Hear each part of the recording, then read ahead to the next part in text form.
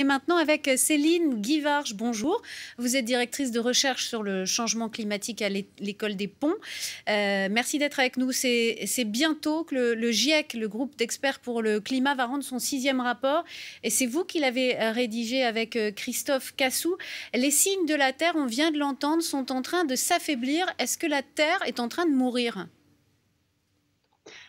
Bonjour. Alors, pour revenir, je fais partie du groupe des auteurs du groupe intergouvernemental d'experts sur l'évolution du climat.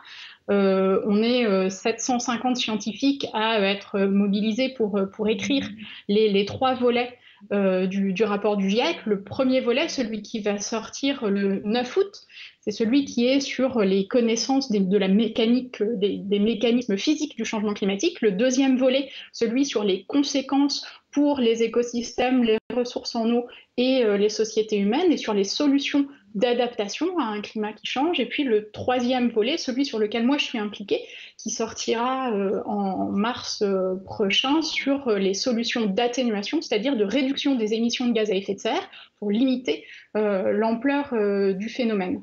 Et c'est le GIEC qui remet des rapports sur l'état des connaissances scientifiques sur le changement climatique dans un processus qui est collectif, qui est extrêmement robuste, qui est transparent et qui mobilise les meilleurs spécialistes mondiaux du changement climatique. Depuis 30 ans, dans tous les rapports, la sonnette d'alarme est tirée. À chaque fois, le degré de confiance dans les connaissances est plus grand, les connaissances sont plus fines et plus précises, mais le message reste à gros traits le suivant. On observe un changement climatique et ses effets en cascade sur les écosystèmes, la fonte des glaces, les ressources en eau, la montée du niveau de la mer et sur les activités humaines comme l'agriculture. On sait quelle est la cause de ce changement climatique. Il est dû aux émissions de gaz à effet de serre qui s'accumulent dans notre atmosphère, du fait des activités humaines et en particulier de la combustion d'énergie fossile, c'est-à-dire de charbon, de pétrole et de gaz, par les voitures, les camions, les avions, les centrales électriques, les chaudières, les usines, etc. Les conséquences, elles sont déjà visibles et on sait qu'elles augmenteront avec l'augmentation de la température mondiale, avec des risques de conséquences graves, généralisées et irréversibles, des risques pour la sécurité alimentaire, des risques pour les écosystèmes, des risques pour la santé humaine, pour la sécurité. Et on sait aussi que les solutions, elles sont connues. Il y a des solutions en fait sur 2 types d'actions. On a besoin d'actions pour s'adapter, c'est-à-dire réduire la vulnérabilité aux effets du changement climatique qui est inéluctable du fait des concentrations de gaz à effet de serre qui sont déjà dans l'atmosphère. Et surtout, on a besoin de réduire drastiquement les émissions de gaz à effet de serre pour limiter l'ampleur du phénomène. Et limiter drastiquement ces émissions, ça veut dire des transformations de tous les grands systèmes, des systèmes énergétiques, des systèmes alimentaires et d'usage des sols, des villes, des bâtiments, des infrastructures, pour amener les émissions de gaz à effet de serre mondiales à des niveaux très faibles, au net zéro sur le CO2. Et c'est donc des transformations radicales et majeures, inédites historiquement dans leur ampleur et dans leur vitesse. Voilà les grands messages sur les connaissances actuelles sur le changement climatique. Alors, que préconisez-vous? Est-ce qu'il est trop tard vraiment? Que pouvons-nous faire?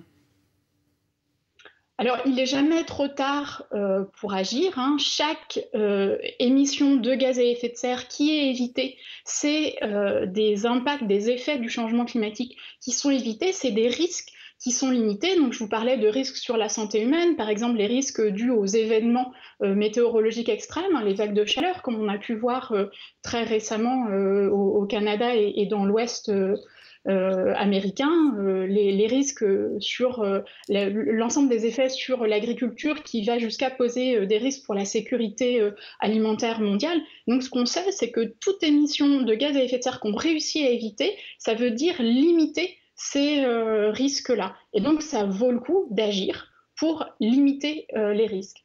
Maintenant, ce que ça veut dire qu'on a besoin de 2 actions pour limiter les risques. Une première qui est de s'adapter pour réduire la vulnérabilité aux effets du changement climatique. Donc, par exemple, je vous parlais des effets des vagues de chaleur qui sont rendues plus fréquentes et plus intenses par le changement climatique. Une des choses qu'on peut faire pour adapter nos villes à ces vagues de chaleur, c'est les végétaliser pour limiter l'ampleur en fait de l'effet de l'îlot de chaleur urbain qu'on a pendant les vagues de chaleur. Donc ça, c'est s'adapter.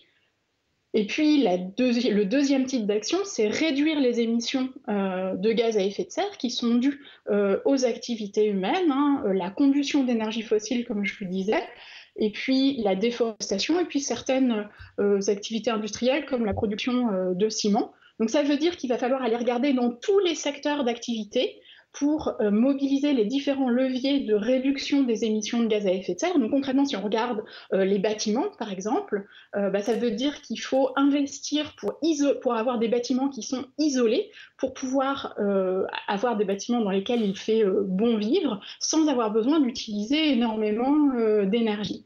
Si on regarde les transports, ça veut dire repenser nos territoires pour éviter d'être si dépendants à la voiture que l'on est actuellement, et puis aussi avoir des voitures qui sont plus légères, qui consomment moins, qui sont électrifiées. Ça veut dire dans les cas où on peut utiliser plus de transports en commun, plus de vélos. Sur l'alimentation, une partie importante des émissions de gaz à effet de serre, c'est le méthane. Une grande partie vient de l'élevage de ruminants. Donc sur l'alimentation, on peut agir à limiter la part de viande de ruminants qu'on consomme. Donc, vous voyez, sur chaque secteur, en fait, il y a des leviers sur lesquels on peut agir utiliser. à notre échelle. Merci beaucoup d'avoir été avec nous, Céline Guivarch, pour parler donc du changement climatique.